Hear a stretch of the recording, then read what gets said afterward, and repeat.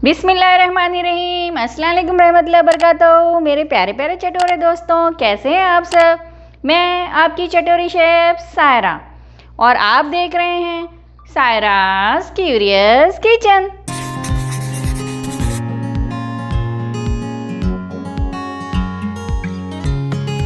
आज मैं आप लोगों के लिए बहुत ही मज़ेदार सी इंडियन स्ट्रीट फूड की रेसिपी लेके आई हूँ, जिसका नाम है दही के शोले। इसे फायर कबाब भी कहते हैं। तो चलें इसे देख लेते हैं किस तरह बनाते हैं। इसे मैं अपने अंदाज से बनाने जा रही हूँ। ये देखिए, आधा किलो दही को मैंने अच्छे से कपड़े में टंगा के इसका पानी निचोड़ लिया है। ये देखिए, इस तरह से ये हंकर तैयार हो गया है, सारा पानी इसका निकल गया है। अब ये देखिए, मैं फ्रेश क्रीम यूज़ करने जा रही हूँ। ये थिक होती है। ये इस तरह से हम इसमें मिक्स कर लेंगे। ये 100 ग्राम है। इसे हम अच्छे से मिक्स करेंगे। अब ये दही की खटास को कम करने के लिए इसमें मैं डालूँगी 1 टेबल स्पून शुगर। ये ज़रा खट्टे मीठे बनेंगे क्योंकि मैं इसमें फ्रूट्स भी डाल रही हूँ। 1/4 टीस्पून इसमें मैं डालूँगी ब्लैक पेपर पाउडर। आप अपने हिसाब से डालिएगा। इसमें जाएगी 2 ग्रीन चिल्ली, ये भी आप अपने हिसाब से डालिएगा। 1 टीस्पून इसमें जाएगा चाट का मसाला।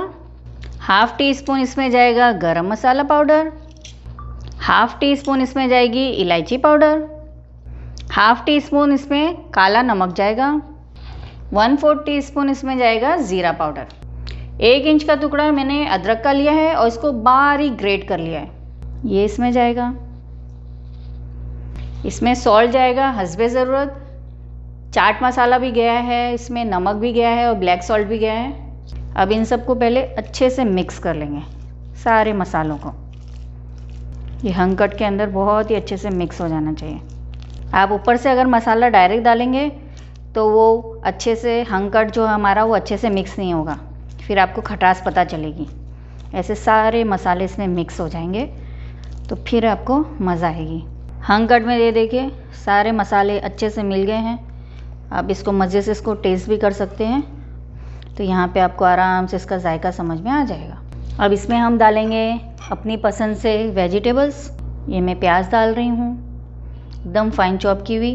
रेड कैप्सिकम आप क्वांटिटी अपने हिसाब से डालिएगा। ये येलो कैप्सिकम है। ये ग्रीन कैप्सिकम। ये ग्रेटेड किया हुआ कैरेट है। इसको मैंने धो लिया है ताकि इसकी जो कड़वाहट होती है वो कड़वाहट निकल जाए। ये है ग्रीन एप्पल, इसका मैंने छिलका निकाल लिया है। इसका क्रंच बहुत अच्छा आता है, जायका भी बहुत अच्छा आता है। मैं इसमें फ्रूट्स भी डाल रही हूँ। ये मैंने ग्रेप्स लिए हैं, उसको भी कट कर दिए हैं बारीक बारीक। ये सब खट्टा मीठा सा जो स्वाद आएगा ना, मज़ा ही आ जाएगी। ये मैंने प्लम लिया है, प्लम भी मैंने इसको कट कर लिया है। ये भी याद रखें, ये दोनों चीज़ ग्रेप्स और प्लम मीठा था। आप अगर खट्टा पसंद करते हैं फ्रूट्स तो आप खट्टा डालिएगा। अब इसमें जाएगा खूब सारा सा हरा धनिया। अब इन सबको अच्छे से मिक्स कर लेंगे। Mix mix mix mix mix mix. जितना अच्छा मिक्स उतना ज़्यादा फ्लेवर, उतना ज़्यादा टेस्ट। अब देखिए, अगर आप बाद में इसको मिक्स करते सब एक साथ डालते हो, बाद में सारे सूखे मसाले डालते तो ये अच्छे से मिक्स नहीं होती दही में। अब ये सब एक जैसा ही फ्लेवर आएगा और सारे फ्रूट्स के फ्लेवर अलग आएंगे, वेजिटेबल्स के फ्लेवर अलग आएंगे। ये चाहें तो आप सिर्फ और सिर्फ वेजिटेबल्स में भी बना सकते हैं। मुझे फ्रूट्स भी इसमें पसंद है, इसलिए मैंने फ्रूट्स डाले हैं। ये देखिए, बड़ा मज़ेदार सा मिक्सर हमारा तैयार है। अब इसका आप जायका ले लीजिएगा, आपको कैसा पसंद आ रहा है। कुछ ऐड करना हो तो आप कर लीजिएगा। अब चलते हैं इसको नेक्स्ट स्टेप की तरफ। आपके पास अगर पाइनएप्पल हो खट्टे मीठे से तो वो भी आप इसमें एकदम बारीक बारीक चंक्स करके डाल सकते हैं। और अनार हो जिसके बीज बारीक हो वो भी आप इसमें डाल सकते हैं, तो मज़े का फ्लेवर आएगा। और अब इसको आधे घंटे के लिए फ्रिज में रख देंगे ताकि ये अच्छे से बाइंड हो जाए। ये देखिए, हमें इस तरह से ब्रेड को लेना है। इसके मैंने किनारे को कट कर दिए हैं। अब ये देखिए, इसको इस तरह से हम बेलेंगे। अच्छा, ये जितना पतला रहेगा ना उतना क्रिस्पी बनेगा, वरना आपको खाने में ना क्रिस्पी तो लगेगा ऊपर से, लेकिन अंदर से आपको ब्रेड पता चलेगा। ये एक कर दिया मैंने, दूसरा करूँगी। अब इसके अंदर हम पानी लगाएंगे इस तरह से, इसको थोड़ा गीला करेंगे। गीला करने से ये होता है कि आपका जो ऑयल होता है ना वो ब्रेड के अंदर नहीं जाता है और अच्छे से चिपक भी जाएगा।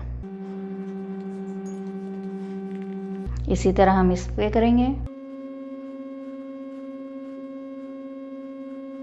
अब ये पानी वाले हिस्से को हम पलटेंगे इस तरह से, और ये देखिए यहाँ पे उल्टी तरफ भी हल्का सा कॉर्नर्स पे पानी लगाएंगे ताकि जो हमारा खुलने वाली स्पेस है ना, जॉइंट की स्पेस, वो पूरी की पूरी अच्छे से चिपक जाए।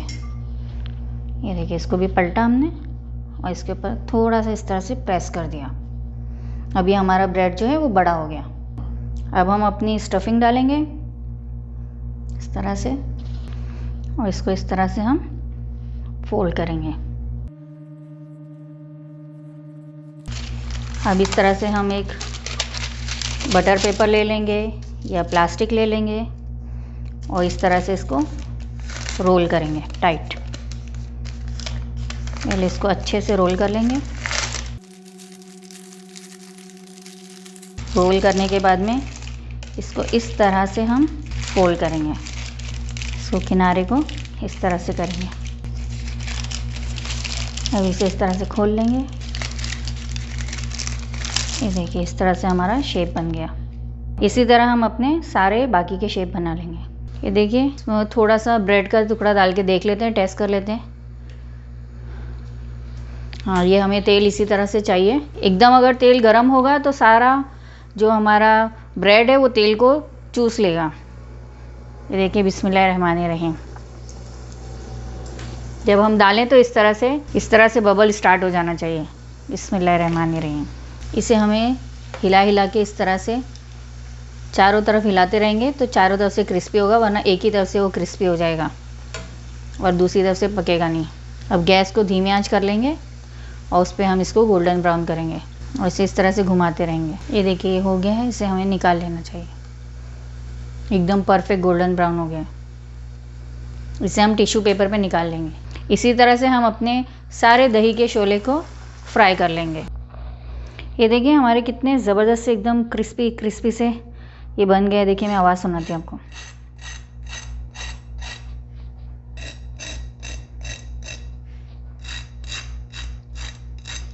ऊपर से एकदम क्रिस्पी कुरकुरे और अंदर से सॉफ्ट। इसे मैं आपको कट करके दिखाती हूँ। इसे आप इस तरह से कट करिएगा। बिस्मिल्लाहिर्रहमानिर्रहीम।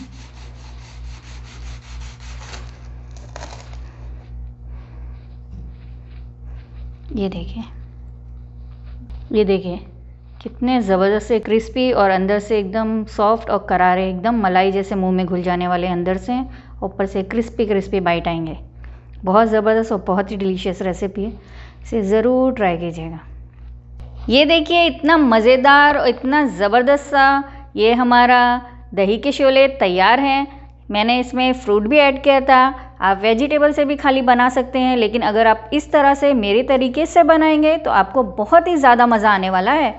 आप इसे स्नैक्स के टाइम पे यूज़ कर सकते हैं और आप इसे रमज़ान में बना सकते हैं, मेहमान आए तब बना सकते हैं। बहुत ही ज़बरदस्त और बहुत ही मज़े की डिलीशियस सी रेसिपी है। इसे मेरे स्टाइल से ज़रूर ट्राई कीजिएगा। जिन जिन चटोरे दोस्तों ने मेरा चैनल अब तक सब्सक्राइब नहीं किया, मेरे चैनल को सब्सक्राइब कीजिए, लाइक कीजिए, अपने फ्रेंड्स एंड फैमिली में से शेयर किया करें और बेल नोटिफिकेशन ऑल पे दबाना बिल्कुल ना भूलिएगा, ताकि जब भी मेरी कोई नई वीडियो आए वो आपको फ़ौरन मिल जाए। ऐसे ही चटपटे ज़बरदस्त खाने में लेके आती रहती हूँ। चलती हूँ, फिर मिलूँगी एक नई मज़ेदार सी चटपटी सी रेसिपी के साथ। जब तक के लिए मुझे दुआ में याद रखिएगा। अल्लाह हाफिज़।